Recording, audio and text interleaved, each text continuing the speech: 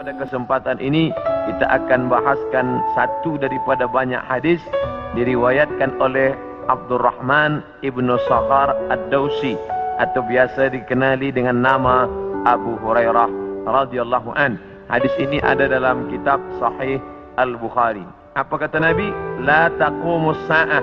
Hari kiamat tidak akan terjadi hatta hingga yuqbadal ilmu. Yang pertama, dalam hadis ini ada 6 tanda. Ini yang akan kita bahaskan. Yang pertama, yuqbadal ilmu. Ilmu dicabut. Innallaha la yaqbidul ilma intiza'an. Allah tidak mencabut ilmu seperti mencabut pokok kayu dengan akarnya sekali. Lalu bagaimana ilmu itu tercabut? Bi mautil ulama, dengan meninggalnya ulama. Ketika Imam Syafi'i meninggal, maka berapa cabang ilmu hilang. Imam Syafi'i alim dalam bahasa Arab, Imam Syafi'i alim dalam tafsir, Imam Syafi'i alim dalam fiqh, Imam Syafi'i alim dalam hadis, bahkan bergelar Nasirus Sunnah. Imam Syafi'i yang pertama kali menyusun usul fiqh.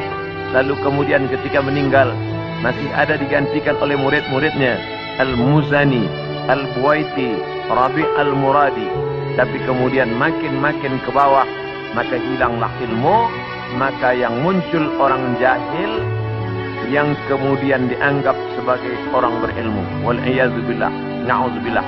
Maka saya pribadi tak pernah berkata menurut paham saya, menurut pendapat saya, kerana saya takut tergolong dalam orang yang disebut Nabi al-juhala, orang jahil tapi seperti berilmu. Zahirnya orang menyangka berilmu padahal tidak. Maka selalu saya mengambil pendapat ulama. Menurut pendapat Imam Syafi'i, menurut pendapat Imam An-Nawawi, menurut pendapat Ibnu Hajar Al-Asqalani, menurut Imam Az-Zahabi, menurut Imam Jalaluddin Abdul Rahman As-Suyuti, untuk menyelamatkan diri daripada juhala. Na'udzubillah. Maka nanti kata Nabi SAW, sebelum hari kiamat bermunculanlah juhala kerana pandai berbicara, kerana berpakaian ulama.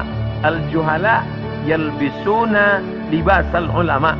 Orang jahil tapi memakai pakaian ulama, pandai berbicara, lalu orang menyangka dia alim, padahal dia tak lebih daripada orang dhalla wa adalla, sesat dan menyesatkan. Sebenarnya kiamatnya sudah terjadi pada isinya, tapi alamnya belum kiamat besar. Maka kata ucapan Nabi SAW dalam suatu hadis, idza wussidal amru ila ghairi ahlihi, bila diberikan suatu perkara bukan kepada ahlinya, bukan kepada orang yang faham, fantaziris sa'ah, maka tunggulah kiamat. Makna kiamat di situ bukan kiamat alam semesta, tapi kiamat isinya. Bila pembinaan masjid ini diberikan kepada orang yang tidak pakar, tidak memiliki kepakaran pada bidang itu, fantaziris sa'ah, maka tunggulah sa'ah, kiamat, hari kiamat. Makna kiamat di situ bukanlah kiamat alamnya, tapi isinya sudah kiamat. Begitu juga dengan ucapan Nabi tentang masalah idza waqa'a ala ahadikumul qiyamah, bila terjadi kiamat pada salah seorang kamu, wa fi yadihi fasilah, di tangannya ada anak korma, fal yaghrisha, tanamlah, kerana dia akan menanam itu, lalu kemudian dia mati. Bagaimana mungkin kiamat terjadi pada satu orang? Maka makna kiamat dalam hadis ini, alamnya tidak kiamat, tapi orang itu mengalami kiamat, maknanya mati dia. Na'udzubillah. Oleh sebab itu maka bahwa kiamat sudah terjadi pada isinya, ya, kerana banyaknya orang jahil. Oleh sebab itu alhamdulillah kita di Malaysia masih ada para ulama, masih ada para mufti, masih ada para habaib. Maka kita datang ke majlis-majlis mereka, hindari majlis-majlis orang-orang jahil yang tidak diketahui sanad ilmunya, yang tidak diketahui dapat dari mana, bahkan mendakwa mendapat dari mimpi. Langsung berjumpa dengan Syekh Abdul Qadir Al-Jilani, langsung saja terus mendapatkan zikir talqin dari Rasulullah SAW tanpa bersanad, tanpa berguru. Padahal para imam mengajarkan kita ada namanya sanad. Al-isnad minad din, sanad itu bahagian dari agama. Laulal isnad Kalaulah bukan kerana sanad, laqala man syaa ma syaa, maka orang mudah saja berkata sesuai kehendak hawa nafsunya. Begitu kata Imam Abdullah ibn al-Mubarak, salah seorang ulama hadis yang amat sangat tinggi ilmunya. Maka Imam Bukhari bersanad sampai ke Nabi Muhammad sallallahu alaihi wasallam. Imam Bukhari mendapatkan hadis itu dari gurunya, namanya Abdullah ibn Maslamah. Abdullah ibn Maslamah mendapatkan dari gurunya, namanya Malik bin Anas.